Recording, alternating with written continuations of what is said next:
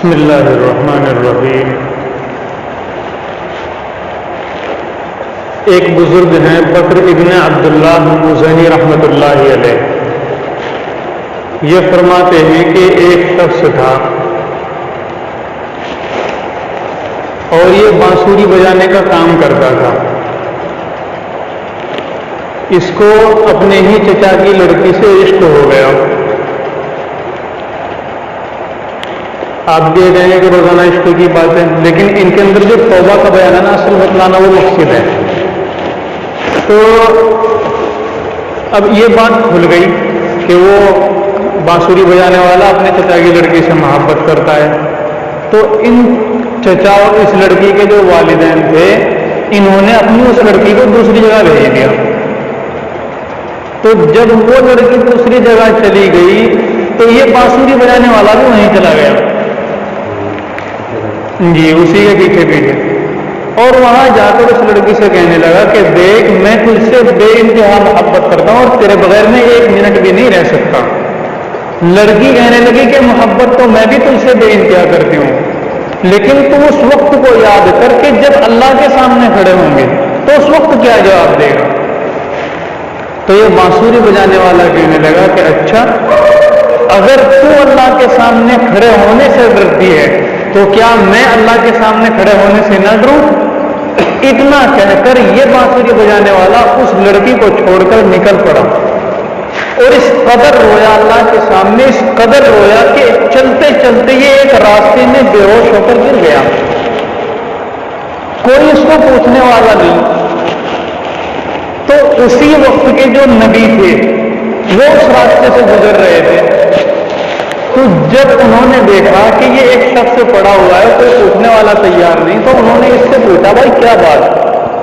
تو یہ کہنے لگا کہ میرے سانس نکلنے کو ہے اور مجھے سخت پیاس لگی ہے۔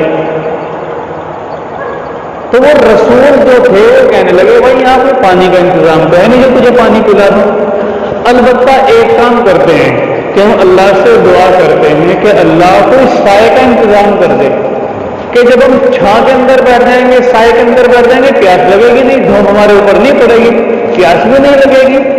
تو وہ شخص کہنے لگا کہ بھائی میرا تو کوئی ایسا کام بھی نہیں ہے کہ جس کے واسطے سے میں اللہ سے دعا کرنا۔ میں تو آج تک جتنے بھی کام کیے غلط ہی کام کیے، میں تو آج تک ڈھول باجا بجایا، بانسری بجائی، تو میری توبہ اللہ کہاں قبول کر لیں گے؟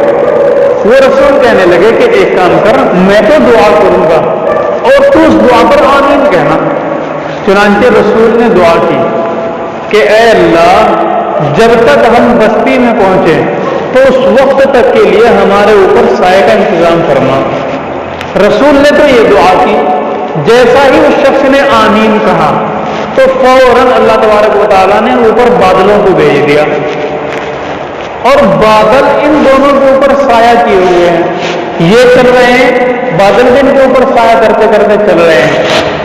اب جس وقت گاؤں کے اندر داخل ہوئے تو گاؤں میں رسول کو تو جانا تھا دوسرے راستے سے اور اس شخص کو جانا تھا دوسرے راستے سے۔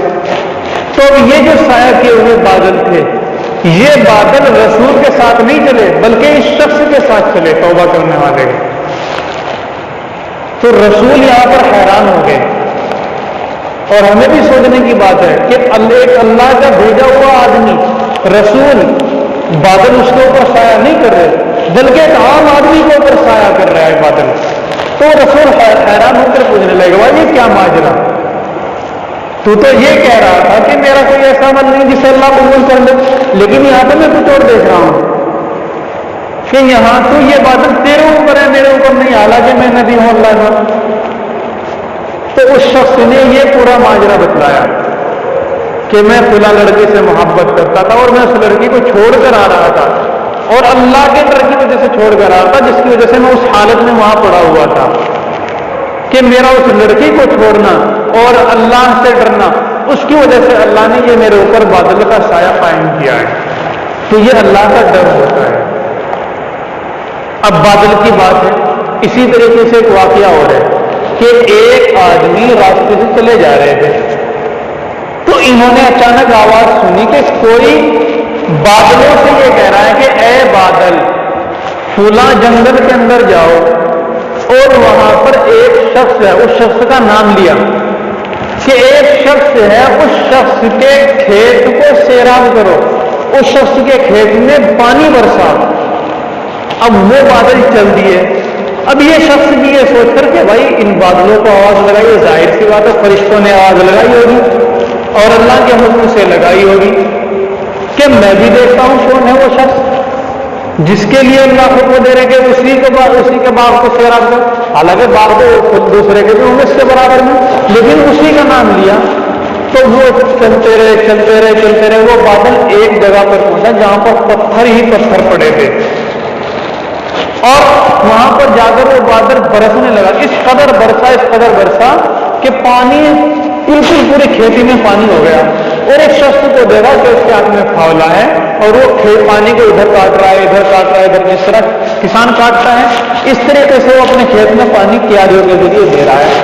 تو یہ شخص آگے کو بڑھا اور پوچھا بھائی تیرا کیا نام ہے؟ اس شخص نے جو نام بتلایا کہ میرا یہ نام ہے، تو وہ فوراً کہنے لگا کہ یہی نام میں نے بادلوں میں سنا تھا جو تیرا نام ہے، کہ ضرور کچھ نہ کچھ بات ہے جو تو اللہ کو اتنا پیارا ہے۔ کہنے لگا بھائی تیرا کیا عمل ہے؟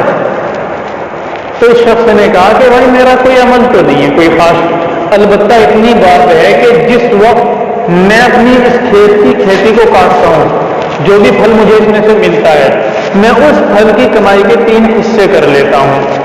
ایک حصے کو تو میں صدقہ کرتا ہوں، ایک حصے کو میں اپنے گھر میں لگاتا ہوں کھانے خرچے میں، اور ایک حصے کو میں اس کھیت میں خرچ کرتا ہوں۔